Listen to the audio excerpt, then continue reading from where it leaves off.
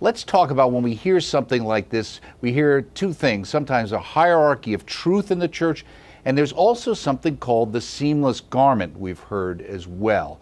And my guess is both of those can be understood in an appropriate way and maybe misunderstood in other ways. Go ahead. Yes, I mean, with respect to the hierarchy of truth and the moral order, that's basically what theologians refer to as a hierarchy of values, or ethicists refer to as a hierarchy of values. Are some values or goods more important than other values or goods? Or put it another way, which is more commonly the way that it's addressed, are some evils more destructive, or are some evils worse than other evils? And of course, people right away say, well, are you trying to do a greater of two evils calculus? And as a matter of fact, when we get into the political realm, we have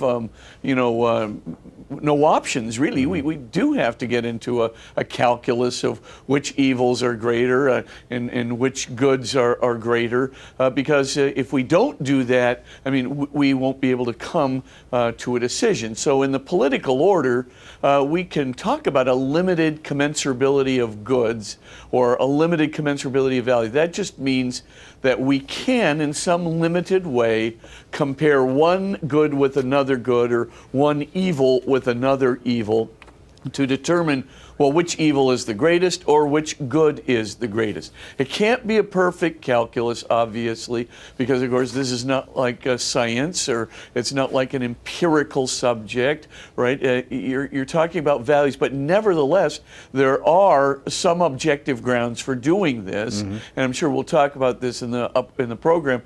But I mean, St. Thomas Aquinas certainly did believe in a comparability, or that is to say that we can compare different values with one another along the lines of what's called ontological superiority. So we can talk about that. Another way in which this is done is the magnitude, that is to say the number of people who might be harmed by a specific evil. So you've got evils within themselves. Which evil is the worst? Then of course you've got another principle that the more evils there are, the worse that it is. And then the third idea, it comes in with respect to intrinsic evil. So if an action is intrinsically evil versus if an action is not intrinsically evil, but it is kind of morally neutral, but it could have evil effects or good effects.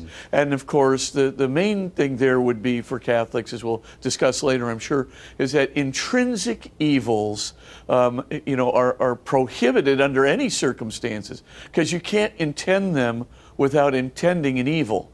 Whereas, if I have another, morally neutral action that I'm contemplating that could have a bad consequence or could have a good consequence, for example, surgery, it's morally neutral, but of course I could kill the person if it's a very dangerous surgery, or I could save the person's life in the long term, which would be good effect.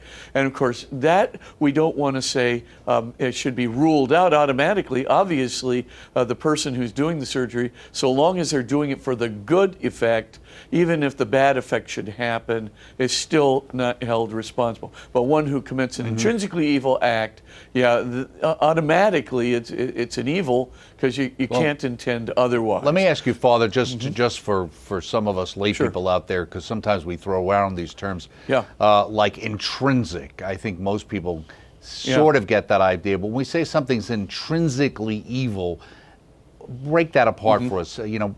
Break it down. What do we mean by that?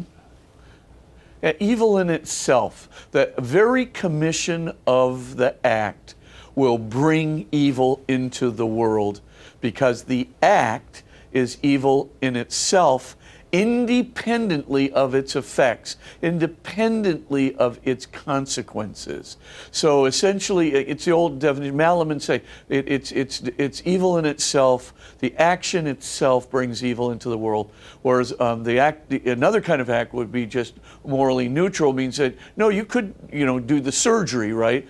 But you're not committing an evil there by just committing the action or doing the action. Instead, you'd have to the the effects will determine, so long as you're intending the good effects, the effects will determine, well, did a good or evil happen, but you're not held responsible for the evil effects.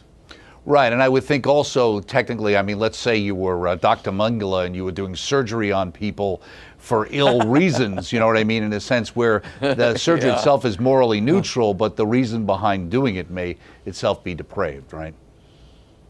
Oh yeah, that could very much happen. But then in that case, Dr. Mengele would be intending evil effects from it, in which case he would be morally culpable.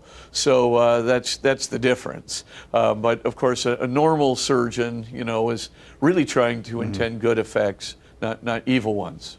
Well, at least so far. And there are many actions. And that's one of the things we're trying to hold on to, I think, to some degree, is make sure, as we see in what's going on in Europe, the whole euthanasia movement, where you start to move out to whether, whether the medical team is there to help you live a better life or help you into the next world. That's becomes a question in people's minds. Oh yeah, I mean, and of course now it's become very morally ambiguous. Now, if you're intending to help somebody commit suicide, that is intrinsically evil. Like abortion would be intrinsically evil. I mean, you're literally killing an innocent. That action is going to bring evil into the world in itself.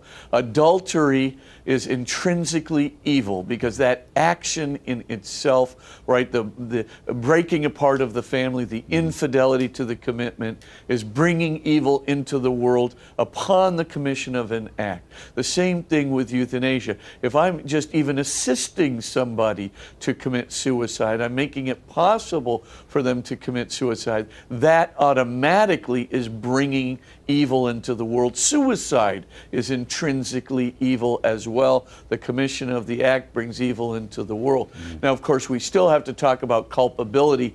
Are people culpable, right, for these things? And of course, in the Catholic Church's moral theology, there is, an intrinsic evil that's what's called grievous matter.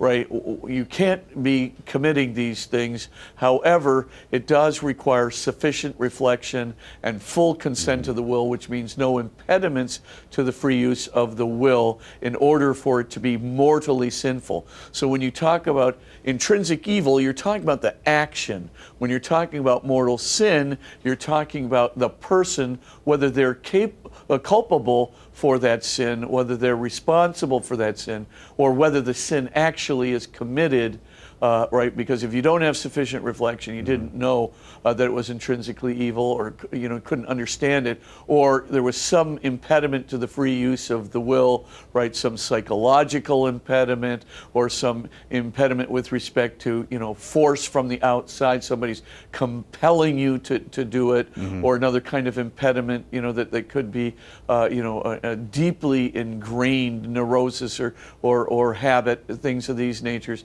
could actually present an impediment to the free use of the will. And of course, certain kinds of depression can do that as well, and all of the big psychological disorders, bipolar disorder, schizophrenia, etc.